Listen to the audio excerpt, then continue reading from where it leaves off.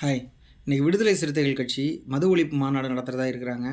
வழக்கம் போல் நான் ஏதாவது விடுதலை சிறுத்தைகளை பற்றி பேசினாலோ அல்லது திருமாவளவன் அவர்களை பற்றி பேசினாலோ இவர் ஒரு குறிப்பிட்ட கட்சிக்காக மட்டுமோ அல்லது குறிப்பிட்ட ஜாதிக்காக மட்டுமோ தான் பேசிகிட்டு இருக்கிறாருன்னு கூட சில பேர் நினைப்பாங்க. தயவு செஞ்சு அந்த மாதிரி எந்த எண்ணமும் கிடையாது. நான் எந்த அரசியல் கட்சியை சார்ந்தவனும் கிடையாது. எனக்கு சரின்னு படுற கருத்தை நான் சொல்கிறேன். சரின்னு தெரிஞ்சால் நீங்கள் ஏற்றுக்கங்க, சரியில்லைனா விட்டுட்டு போங்க, அவ்வளோதான். இப்போ இன்றைக்கி நடக்கிற மாநாடு ரொம்ப ரொம்ப ரொம்ப ரொம்ப முக்கியத்துவம் வாய்ந்த மாநாடாக தமிழ்நாட்டுக்கு மட்டும் இல்லை, இந்தியாவுக்கே இருக்குது. என்ன காரணங்கிறத எனக்கு தெரிஞ்சதை சொல்கிறேன். சிம்பிள். நான் ஒரு 90s kit, proper 90s kit, சரியா? நாங்கள் பிறந்த காலகட்டத்திலலாம், நாங்கள் ஸ்கூல் படிச்சுக்கிட்டு இருந்த காலகட்டத்திலலாம் ஏதாவது ஒரு சீனியர், ஏதாவது ஒரு அண்ணன், ஒரு என்னை விட ஒரு 10 வயசு, ஒரு 7-8 வயசு மூத்தவங்க எங்கேயாவது ஒரு இடத்துல தெரியாமல் போய் சாராயம் குடிப்பாங்க. அந்த இது வாங்கி குடிப்பாங்க. எங்கேயாவது தெரியாமல் பீர், அப்போலாம் பீர் குடிக்கிறதே பெரிய விஷயம். அங்கே போய் ஏதாவது குடிப்பாங்க. அப்படியே குடிச்சிட்டு சாராயம் குடித்தாலும் ஊருக்குள்ளே லோக்கலில் ஏதாவது சண்டை போடுவாங்க. எப்படி சண்டை போடுவாங்க? பக்கத்து வீட்டோட சண்டை போடுவாங்க. இல்லை சின்ன சின்ன ஏரியா தகராறு, ஏதாவது ஒரு வாரத்துக்கு முன்னாடி ஒருத்தன் சண்டை போட்டுருவான், அவனை போய் சண்டை போட்டு வருவாங்க. இந்த மாதிரி இருக்கும் இல்லையா? சில பேர் தான் மனசுக்குள்ளே உடம்பு வலி போகும், சாராயம் குடித்தா போகும் அப்படிங்கிற ஒரு மனநிலையில் சில பேர், ஒரு குறிப்பிட்ட வேலை செய்கிறவங்க, ரொம்ப கடினமான வேலை செய்கிறவங்க குடிக்கிறதில் பார்த்துருக்கோம். ஆனால் அப்போல்லாம் எப்படின்னா, குடிங்கிறது மறைச்சி பயந்து பயந்து செஞ்சிட்ருக்கிற ஒரு வேலையாக இருக்கும். அந்த குடித்ததுக்கு அப்புறமும் அந்த குடித்தவங்களால் சமூகத்தில் நடக்கிற ரியாக்ஷன்ஸ் இருக்குல்ல, அது ஒன்றும் பெரிய அளவில் நான் பார்த்ததில்ல, பெரிய அளவில் பிரச்சனையாக இருக்காது. அப்படி இருந்த காலகட்டம் தான் நாங்கள் வளர்ந்த காலகட்டம். ஆனால் இன்றைக்கி இருக்கிற சமூகத்தை நம்ம பார்க்குறோம். ரொம்பலாம் இல்லை, ஒரு சில 10 ஆண்டுகள்லேயே பாருங்கள். இன்றைக்கி சாராயங்கிறது, மதுங்கிறது எங்கே பார்த்தாலும் கிடைக்கிது. எல்லா இடத்துலையும் கிடைக்கிது. லீவ் விட்டாலும் கிடைக்கிது, அது காந்தி ஜெயந்தியாக இருந்தாலும் கிடைக்கிது, எல்லா இடத்துலையும் கிடைக்கிது. 2வது, எல்லா வயசுக்காரங்களும் குடிக்கிறாங்க. எல்லா வயசுக்காரங்கன்னா, முன்னாடிலாம் பெரியவங்க சொல்கிறத கேட்கணும். முன்னாடிலாம் பெரிய பசங்கள்கிட்ட நாங்கள் வாடா போடான்னு சொல்கிறதுக்கே யோசிப்போம். ஏன்னா அவங்க அடிப்பாங்க. சொந்தக்காரங்க அவங்க வீட்டில், எங்கள் வீட்டில், நம்ம வீட்டில் சொன்னால் கூட எங்கள் வீட்டில் உள்ளவங்க அடிப்பாங்க. எப்பறம் நீ வயசில் மூத்தவங்க வாடா போடாங்களாம் அப்படின்னு சொல்லி. ஆனால் இன்றைக்கெலாம் அப்படி கிடையாது. ஸோ இன்றைக்கி எல்லா வயசுக்காரங்களும் சாராயம் குடிக்கிறாங்க. யாரையும் கேட்க முடியாது, ஏன்ப்பா அதை குடிக்கிற அப்படின்னு கேட்க முடியாது. எங்கே வேணாலும் குடிக்கிறாங்க. அண்டு சோஷியல் ட்ரிங்கிங் அப்படிங்கிற பேரில் நல்ல விஷயமா குடிக்கிறாங்க, கெட்ட விஷயமா குடிக்கிறாங்க, ஃப்ரெண்ட்ஸுங்க சந்திச்சாங்களா குடிக்கிறாங்க, சும்மா இருக்கிறாங்களா குடிக்கிறாங்க, போர் அடிக்குதா குடிக்கிறாங்க. எங்கே போனாலும் எப்போ பார்த்தாலும் அந்த சாராயம் குடிக்கிறது, அதாவது மது குடிக்கிறதுங்கிறத ரொம்ப சாதாரணமான விஷயமா பண்ணிகிட்ருக்காங்க. அடுத்து, எல்லா வயசுக்காரங்களும் நான் குடிக்கிறேன்னு சொன்னேன்ல, கடைசியாக அப்படி குடித்ததன் மூலமாக நடக்கிற சமூக பிரச்சனைகள் இருக்குல்ல, இன்றைக்கி எக்கச்சக்கமாக நடக்குது. ஃபஸ்ட்டு விஷயம் ஆக்சிடெண்ட். எவ்வளோ ஆக்சிடெண்ட் நீங்கள் டேட்டாவை எடுத்து பார்த்தீங்கன்னா, இந்தியாவிலேயே ஆக்சிடெண்ட்டில் அதிகமாக சாகிற மாநிலம் தமிழ்நாடு தான் நான் நினைக்கிறேன். மேபி ஒரு 3 இடங்களுக்குள்ளே வரும். அவ்வளோ பேர் செத்து போகிறான். சாவுனா அவன் மட்டும் போய் நேராக போய் மரத்தில் விட்டு சாகலை. எய்த்தாப்பில் ஒருத்தவங்க வந்துட்டுருப்பாங்க, பாவம் கல்யாணத்துக்கு போயிட்டுருப்பாங்க, ஹாஸ்பிட்டலுக்கு போயிட்டுருப்பாங்க, ஒரு எமர்ஜென்சிக்காக போயிட்டுருப்பாங்க, ஒரு எக்ஸாமுக்கு படிச்சுட்டு எக்ஸாமுக்கு போகிறப்பான் ஒரு பையன் போயிட்டுருப்பான். எவ்வளோ குழந்தைங்க மேலே விட்டு எவ்வளோ பேர் சாகுறாங்க. மதுங்கிற ஒரு விஷயத்தால் சாராயம் குடிச்சிட்டு ஒருத்தன் வரான், கண்ட்ரோலே இல்லாமல் வண்டி ஓட்டுறான், கண்ணாப்பனான்னு ஏற்றுறான், சாவுறாங்க. ஆப்போசிட்டில் வர்றது யார் என்னென்ன இல்லை. ஸோ ஆக்சிடெண்ட் எவ்வளோ மரணத்துக்கு அந்த மது காரணமாக இருக்குது. 2வது, சமூகத்தில் நடக்கிற ரொம்ப அசிங்கமான பிரச்சனைகளுக்கு அந்த மது காரணமாக இருக்குது. எப்படின்னா, குறிப்பாக இந்த செயின் அறுக்கிறது, பெண்களை வன்புணர்வு செய்கிறது, போய் கடத்தல் பண்ணுறது, கொலை பண்ணுறது. நீங்கள் இன்றைக்கி பார்த்தீங்கன்னா, இப்போ சமீபத்தில் கூட ஒரு கொலை நடந்தது சென்னையில். நீங்கள் கொலை பண்ணியிருக்கானா, கடத்தியிருக்கானா, திருடியிருக்கானா, பொண்ணை ரேப் பண்ணியிருக்கானா, இவனெல்லாம் என்னடா பண்ணியிருப்பானு பார்த்தா சாராயம் குடிச்சிருப்பானுங்க. கேட்டால் என்ன சொல்லுவான், போதையில் இருந்துட்டேன் செஞ்சுட்டேன்பான். அதுதான் சொல்கிறான். ஸோ இன்றைக்கி மது பழக்கங்கிறது இந்திய சமூக சூழலில் தமிழ்நாட்டில் நடக்கிற ரொம்ப மோஸ்ட் ரூட்டட் க்ரைம்ஸுக்கு மது பழக்கம் தான் காரணமாக இருக்குது. அது இல்லாமல் அவன் பயம் வருது, அவனுக்கு சமூக ஒழுக்கம் சார்ந்த ஒரு பயம் வருது. ஐயோ, இது யாராவது எதாவது சொல்லிடுவாங்களோ, லீகலாக எதுவும் பிரச்சனை வந்துடுமோ அப்படிலாம் பயப்படுறான். ஆனால் அந்த மது உள்ளே போயிடுச்சுன்னா, வேடா பார்த்துக்கலான்னு மனசாட்சி எல்லாமே கொலை பண்ணுறான், அறுக்கிறான், கழுத்தை அறுத்து போடுறான். வயசான பாட்டி வீட்டுக்குள்ளே பூந்து பென்ஷன் வாங்குற 2 பேரையும் கொன்னுட்டு அறுத்து போட்டுட்டு அவங்க வீட்டுக்கு காசு திருடிட்டு வரானுங்க. எல்லாம் மது. இதெல்லாம் எங்கேயோ நடக்கல, அவங்க வீட்டுக்கு பக்கத்தில் நடந்துகிட்ருக்கோம். ரியாலிட்டியாக சொல்கிறேன், நீங்கள் போய் கவனித்து பாருங்கள். ஸோ அவ்வளோ குற்றங்கள், சமூக குற்றங்களுக்கு இன்றைக்கி மது காரணமாக இருக்குது. 3வது விஷயம், அந்த மது குடிக்கிறதன் மூலமாக இன்றைக்கி வாய்ப்பு மறுக்கப்பட்ட சமூகங்கள் இருக்குல்ல, குறிப்பாக ஒடுக்கப்பட்டவர்கள், எஸ்சி, எஸ்டி, பிசி, எம்பிசி, இன்னும் அப்போனா சொல்கிறேன், பிராமினுக்கு கீழே உள்ள பெரும்பான்மையான சமூகங்கள் ஆல்மோஸ்ட்டு அது தேவர், வன்னியர், கவுண்டர், முதலியார், நாயக்கர், பறையர், பல்லர், செட்டியார், அகமுடையார், முத்திரையர் எல்லா சமூகத்தையும் எடுத்துக்கங்க. நீங்கள் எல்லா சமூகமும் பொருளாதாரத்துலேயும் கல்வியிலையும் இப்போ தான் நம்ம அடுத்தடுத்த லெவலுக்கு வந்துட்டுருக்கோம். நம்மளோட 2 தலைமுறைக்கு மேலே நீங்கள் பார்த்தீங்கன்னா அவங்க ஒன்றும் பண்ணியிருக்க மாட்டாங்க. ஆனால் 2 தலைமுறைக்கு முன்னாடி உங்கள் ஊரில் அக்ரஹாரத்தில் உள்ள ஒருத்தரை போய் பார்த்தீங்கன்னா அவர் வந்து குமாஸ்தாவாக இருப்பார், கலெக்டர் ஆஃபீஸில் வேலை பார்த்துருந்துருப்பார், வெள்ளைக்காரன்ட்ட கூட வேலை பார்த்துருந்தவங்களாக தான் இருந்திருப்பாங்க அவங்கெல்லாம். ஆனால் நமக்கு அப்படி கிடையாது. இன்னும் ஆண்ட சாதின்னு சொல்லிக்கிற ஒரு சில சமூகங்களுக்குள்ளவே நிலம் இல்லாதவர்கள் இருக்காங்க. இப்போ தான் படித்து என் புள்ள தான்ப்பா படித்து எங்களுக்கு ஏதாவது பண்ணணும்னு இருக்கிற குடும்பங்கள் இருக்குது. அவ்வளோ பேர் இன்றைக்கி அவ்வளோ குடும்பங்கள் வந்து வயிற்றில் தான் புள்ள ஏதாவது படித்து எதாவது செஞ்சிடாதா, வேலைக்கு போய் எதாவது செஞ்சிடாதா, கடன் அடைச்சிடாதா, அக்கா தங்கச்சிங்களை கல்யாணம் பண்ணி கொடுத்துடாதா, அவ்வளோ முன்னாடி மாதிரி இல்லை. இன்றைக்கி மருத்துவ செலவுகள் அப்படி வந்துட்டுருக்கு. முன்னெல்லாம் ஏதோ ஒரு தலைவலி வரும், என்னமோ ஒரு பிரச்சனை வரும். ஆனால் இன்றைக்கி இல்லை. இன்றைக்கெல்லாம் ஊரில் ஒரு 10 பேருக்கு கேன்சர் இருக்குது, ஸ்ட்ரோக்கு, ஹார்ட் இஷ்யூ, எவ்வளோ ப்ராப்ளம். ஸோ மெடிக்கலுக்கும் பணம் சேர்க்க வேண்டியது இருக்குது. இன்றைக்கி இருக்கிற இளைஞர்கள் வந்து அவ்வளோ கஷ்டத்தில் தான் அவன் நகர்ந்து போயிட்டுருக்கான். அண்டு உங்களுக்கே தெரியும், ஒரு இளைஞனோ இளைஞியோ திருமணம் பண்ணிக்கணும்னா முன்னாடி மாதிரிலாம் திருமணம் வயசு வந்துருச்சுன்னா திருமணம் பண்ணி கொடுக்குற காலகட்டம் இல்லை இது.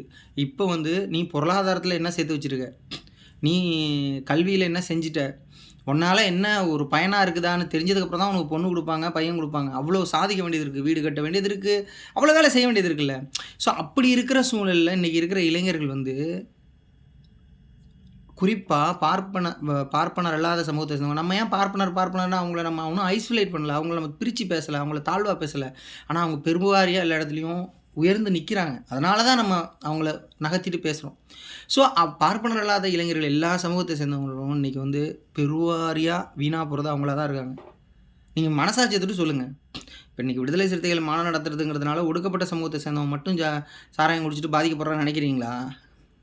அப்படி நினச்சிங்கன்னா அது உங்களுக்கே தெரியும் எவ்வளோ பிரச்சனை. ஊருக்குள்ளே நடக்கிற பிரச்சனையில் மதுவோட ரோல் என்ன, தெருவில் நடக்கிற பிரச்சனையில் மதுவோட ரோல் என்ன, பல்கலைக்கழகம் அரசு கட்டிடங்களுக்குள்ளே நடக்கிற பிரச்சனைகளில் மதுவோட ரோல் என்ன, இப்போ டிஸ்ட்ரிக்டில் நடக்கிற மிகப்பெரிய க்ரைம்ஸோட மதுவோட ரோல் என்ன, அவ்வளோ டெத்தில் மதுவோட ரோல் என்ன. மது வந்து அவ்வளோ பெரிய ரோல் ப்ளே பண்ணிக்கிட்டு இருக்குது. சரி, ஓகே, சில பேர் நினைக்கலாம், மது குடிக்கிறது அவன் உரிமையா, இதில் ஏன் நீங்களாம் தலையிடுறீங்க, அரசு ஸ்டாப் பண்ணல, நீங்கள் ஏன் எல்லாம் தலையிடுறீங்கன்னு கூட கேட்கலாம். நான் சொல்கிறேன், நான் ஒரு வெளிநாட்டில் இருக்கிறேன், உலக நாடுகளில் எப்போதும் மதுவை வந்து ஒரு உணவாக நினச்சி குடிக்கிற ஒரு நாடுகளில் தான் நான் இருக்கேன். ஆனால் இங்கெல்லாம் மதுவை எப்படி குடிக்கணுங்கிற ஒரு பண்பாடு இருக்குது, ஒரு கல்ச்சரல் டீச்சிங் இருக்குது. சாராயம்னா இப்படி தான் குடிக்கணும், இவ்வளோ தான் குடிக்கணும், அதை இந்த டைமில் தான் குடிக்கணும், குடிச்சிட்டு இதெல்லாம் பண்ணவே கூடாதுன்னு வெளிப்படையாக சொல்கிறேன். நான் தென்கொரியாவில் இருக்கேன். இது வந்து ஒரு most safetiest country in the world. எனக்கு one of the most safetiest country in the world. இதில் இரவு முழுக்க வயது பெண்கள், பசங்க அவங்க பாட்டுக்கு என்ஜாய் பண்ணிட்டு போவாங்க, வருவாங்க, காதல் செய்வாங்க, கொண்டாடுவாங்க. They are so free. அதே போல் மதுங்கிறது ரொம்ப சாதாரணமான, இங்கே இது உணவு மாதிரி. மது எப்போதும் குடிப்பாங்கன்னா, ஒரே ஒரு பொண்ணு நடந்து வருது, 10 பேர் மது குடிச்சிட்டு கையில் மது பாட்டிலோட உட்காந்துருந்தாலும் அந்த பொண்ணு ஒரு சின்ன சீண்டல், ஒரு சத்தம் கூட கொடுக்க மாட்டாங்க. கொடுத்தா அவ்வளோதான், அவன் லைஃபுக்கும் வெளில வர முடியாது. அந்தளவுக்கு இவங்க சட்டத்தை ரொம்ப ஸ்ட்ராங்காக வச்சுருக்காங்க. ஆக கொடுக்கவே மாட்டாங்கிறது இங்கே இருக்கிற கல்ச்சுரல் டீச்சிங். அப்படி கொடுத்துட்டா அவனால் அந்த பெண்ணுக்கு ஒரு சிக்கல் வந்துருச்சுன்னா அந்த சட்டம் எவ்வளோ தீவிரமாக அதற்கு எதிராக வேலை செய்யுதுங்கிறதும் நம்ம பார்க்க வேண்டியது இருக்குது. ஆக நம்ம நாட்டில் கல்ச்சுரல் டீச்சிங் இல்லை. அப்படி மது குடிச்சதன் மூலமாக நடக்கிற சமூக குற்றங்கள் பண்ணுறவங்க மேலே, அதன் மூலமாக நடக்கிற குற்றங்கள் மேலே எந்த விதமான தீவிரமான சட்டமும் பாயலை. அது ஒரு பெரிய தண்டனையும் கொடுக்கறதில்ல. ஆக நாம் இன்றைக்கி நம்ம இஷ்டத்துக்கு அவன் இஷ்டத்துக்கு குடிக்கிறான்ப்பா அப்படின்னு நம்ம சொல்லிட்டு போக முடியாது. அவன் இஷ்டத்துக்கு குடிக்கிறான்னா அவனே வீட்டுக்குள்ளே ரகசியமாக ஒயினுக்குன்னு கரைச்சி திராட்சையிலேருந்து இதை போட்டு தனியாக குடிச்சிக்கிட்டோம். ஆனால் அது எதுவுமே ஒரு அரசு நடத்துகிறதாவோ அல்லது அது வெளியில் பப்ளிக்காக அவைலபிளாக இருக்கிற ஒரு மேட்டராகவோ இருக்கிறது ரொம்ப பெரிய தப்பாக இருக்குது, பிரச்சனையாக இருக்குது. சரி, இது இப்படியே இருந்தால் சரியாயிடுமா அப்படின்னா சரியாகாது இல்லைங்கிறது பிரச்சனை. மதுவை பற்றி நாம் யோசிக்க வேண்டிய காலகட்டத்தில் இருக்கோமா இல்லையான்னு தயவு செஞ்சு யோசிச்சு பாருங்கள். மது மட்டும் இல்லை இங்கே பிரச்சனை. அதில் இன்னொரு இதுவும் போதை வஸ்துக்களை பற்றியும் மாநாடு நடத்துகிறாங்க. என்னென்னா கஞ்சா, அபீன், நிறையா இருக்குது, என்னென்னமோ சொல்கிறாங்க, எனக்கு தெரியாது. நீங்கள் சொல்லுங்கள். இப்போ கஞ்சாலாம் நாங்களாம் எப்போனா நான் 90s கிட்ஸ்லாம் என்னென்னா கஞ்சாலாம் எங்கே காதில் வாங்கினா விஜயகாந்த் படத்தில் வரும். அந்த குற்றவாளி கஞ்சா கடத்துறவனா இருப்பான். கஞ்சானா நாங்கள் அதை காமிக்க கூட மாட்டாங்க, கஞ்சா எப்படி இருக்குன்னு கூட காட்ட மாட்டாங்க. ஆனால் இன்றைக்கி பாருங்கள், அசால்ட்டாக உருட்டி பேப்பரில் வச்சு சுட்டுறானுங்க. ஒரு வண்டிக்குள்ளே ஏற முடியல, ஒரு டாக்ஸிக்குள்ளே ஏற முடியல, ஒரே கஞ்சா ஸ்மெல்லு. எந்த பசங்களை பார்த்தாலும் கஞ்சா அடிக்கிறானுங்க. கஞ்சா கஞ்சா கஞ்சா கஞ்சா கஞ்சா. இங்கே வந்து எல்லாமே ஒரு போதை தரும். ஒரு ஏரமன் இசையை கேட்டால் ஒரு போதை தரும். நல்ல பிடிச்ச ஒரு உணவு பிரியாணி நல்லா மூக்கு மட்டும் சாப்பிட்டா ஒரு போதை தரும். ஒரு அழகு மனசுக்கு பிடிச்சவங்கள்ட்ட ஒரு பொண்ணு ஆன்ட்டு பேசிகிட்டு இருந்தால் ஒரு போதை தரும். அதெல்லாம் போதை தான். ஆனால் இந்த போதை இருக்குது பாருங்கள், இது தன்னுடைய கண்ட்ரோலை விட்டு தூக்கிடுது. ஒருத்தன் மேலே கோவம்னா அவனை அடித்து காலி பண்ணி அவனை அறுத்தறிஞ்சு போகிற வரைக்கும் இந்த போதை பண்ணுது.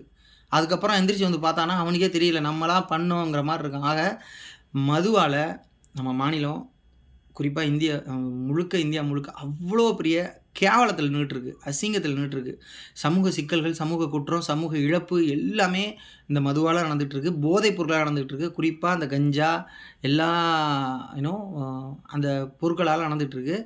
இது நேரடியாக யாரை பாதிக்குதுன்னா பொருளாதாரத்துலேயும் சமூகத்துலேயும் பின்தங்கி இருக்கிற மக்களை தான் பாதிக்குது. யாருன்னா பின்தங்கி இருக்கிறன்னா ஏதோ மலைவாழ் மக்கள் இல்லை, நீங்கள் நாங்கள் எல்லோரும் தான், சரியா? பார்ப்பனர் இல்லாத எல்லாருமே தான். ஈவன் பார்ப்பனர்களையும் பாதிக்குது. பார்ப்பனர் வீட்டில் ஒரு பெண்ணை போட்டு அவன் ஒரு கணவர் அடிக்கிறான் அப்படின்னா, இன்றைக்கி வந்து அது அதிகார திமிரில் அடிக்கிறான்னா அவன் வந்து தாராயம் குடிச்சு வந்தவரானா தான் அதிகமாக இருக்கிறான். இல்லைனா அவனுக்கு அந்த பயம் இருக்கும், அந்த பொண்ணு போய் கேஸ் கொடுத்துரும், ஏதாவது பண்ணிடும் போகணும்னு. இன்றைக்கி நடக்கிற சமூக குற்றங்களுக்கு பின்னாடி மது, போதைப் பொருட்கள் இருக்குது. அதை பற்றி பேச்சே இல்லை. அதை பற்றின ஒரு அதை அட்லீஸ்ட் கண்ட்ரோல் பண்ணணும்னு ஒன்று இருக்கணும்ல. அதை பற்றின முன்னெடுப்பு இருக்கணும்ல, அதுக்கான ஒரு ப்ரோக்ராம் இருக்கணும்ல, அதுக்கான ஒரு திட்டம் இருக்கணும்ல. அரசுக்கிட்ட இருக்கான்னு தெரில, காவல்துறைகள் எப்படி நடந்துக்குதுன்னு தெரில. இஷ்டத்துக்கு பண்ணுறாங்க, இஷ்டத்துக்கு வாங்குறாங்க, இஷ்டத்துக்கு குடிக்கிறாங்க. என்ன வேணால் பண்ணலாம், என்ன வேணால் அடிக்கலாம், குடிச்சிட்டு என்ன வேணால் செய்யலாம். போய் எல்லா திரைப்படத்துலேயும் அந்த சாராயம் குடிக்கிறது ஒரு பெரிய பெருமை மாதிரி. அவ்வளோ மோசமான சமூக சிக்கலில் இருக்கும். சிகரெட் அடித்து சொல்லுவாங்க, நீங்கள் பார்த்தீங்கன்னா திரைப்படத்தில் வரும், ஆல்கஹால் இன்ஜூரியஸ் டு ஹெல்த்துங்கிற மாதிரி வரும். ஆனால் ஸ்மோக்கிங் காசஸ் கேன்சர், இல்லைனா லீட்ஸ் டு டெத் அப்படின்னு சொல்லுவாங்க. அதாவது சாராயம் குடித்தா கூட உடம்பு கெட்டு போயிடும், ஆனால் சிகரெட் அடித்தா உயிரே போயிடும் அப்படின்னு சொல்லுவாங்க. ஆனால் நீ நல்லா புரிஞ்சுக்கோங்க, சிகரெட் அடிக்கிறவன் போய் நேராக ஆக்சிடென்ட் பண்ணி அவன் மேலே மோதுறது கிடையாது. சிகரெட் குடிக்கிறவன் போய் கழுத்து இருக்கிறது கிடையாது. சிகரெட் குடிக்கிறவன் போய் ஒரு பொண்ணை ரேப் பண்ணுறது கிடையாது. ஆனால் மது குடிக்கிறவன், கஞ்சா குடிக்கிறவன் செய்கிறான். இது நம்ம எளிய மக்கள் இருக்காங்க, இதெல்லாம் ரொம்ப சாப்பாடு கஷ்டப்படுறவங்க, ஒரு வீடு வாசல் இல்லாதவங்க, முதல் தலைமுறையாக படிக்க வைக்கிறவங்க, 5-10 காசு வாங்கி குழந்தைகளை படிக்க வைக்கிறவங்க இருக்காங்களே, அவங்க வீட்டு பையன் அவன் பேச்சை கேட்காம கஞ்சா குடிக்கிறான்னு வச்சுக்கோங்களேன், அவங்களுக்கு தான் அந்த வலி வேதனை தெரியும். உங்களுக்குலாம் தெரியாது. நம்மளாம் சில பேர் நம்ம ஸ்டைலாக இருந்துக்கிட்டு நமக்கு அந்த பழக்கம் இருக்காது, கஞ்சா பழக்கம் நமக்கு இருக்காது, சாராயம் குடிக்கிற பழக்கம் இருக்காது. நம்ம கருத்து பேசிகிட்டு இருப்போம், நம்ம அது பண்ணிட்டு போகிறான், அவங்களுக்கு என்ன ஆகும். அந்த வீட்டில் இருக்காங்களே, விரவு சுமந்து விரவு தூக்கிட்டு போய் வீட்டுக்கு போய் வேலை பார்க்குறாங்க பாருங்க, அவங்க வீட்டு பையன் அவங்க கண்ட்ரோலை மீறி போயிடுவான். ஒரு வயசுக்கு மேலே அவங்க கண்ட்ரோலை மீறி போயிடுவான் அந்த இளைஞன். அவன் சொன்னாலும் கேட்க மாட்டான். அவன் போய் கஞ்சா பிடிச்சி தின்னுக்கிட்டு இருப்பான், கஞ்சா குடிச்சிட்டு இருப்பான், கஞ்சா குடிக்கிற பசங்க கூட பழக்க வழக்கம் வச்சுருப்பான். அந்த பழக்கம் வேற எங்கேயோ அவனை கொண்டு போய் நிறுத்தும். அவங்க மனசுக்குள்ளே நெருப்பை கட்டிகிட்டு இருக்க மாட்டாங்க, ஆசிட்டை கட்டிட்டு உட்காந்துருப்பாங்க. அப்படி தான் இங்கே எளிய மக்கள் குடும்பங்கள் நிறையா இருக்குது. தயவு செஞ்சு உங்களை சுற்றி இருக்கிறவங்கள பாருங்கள்.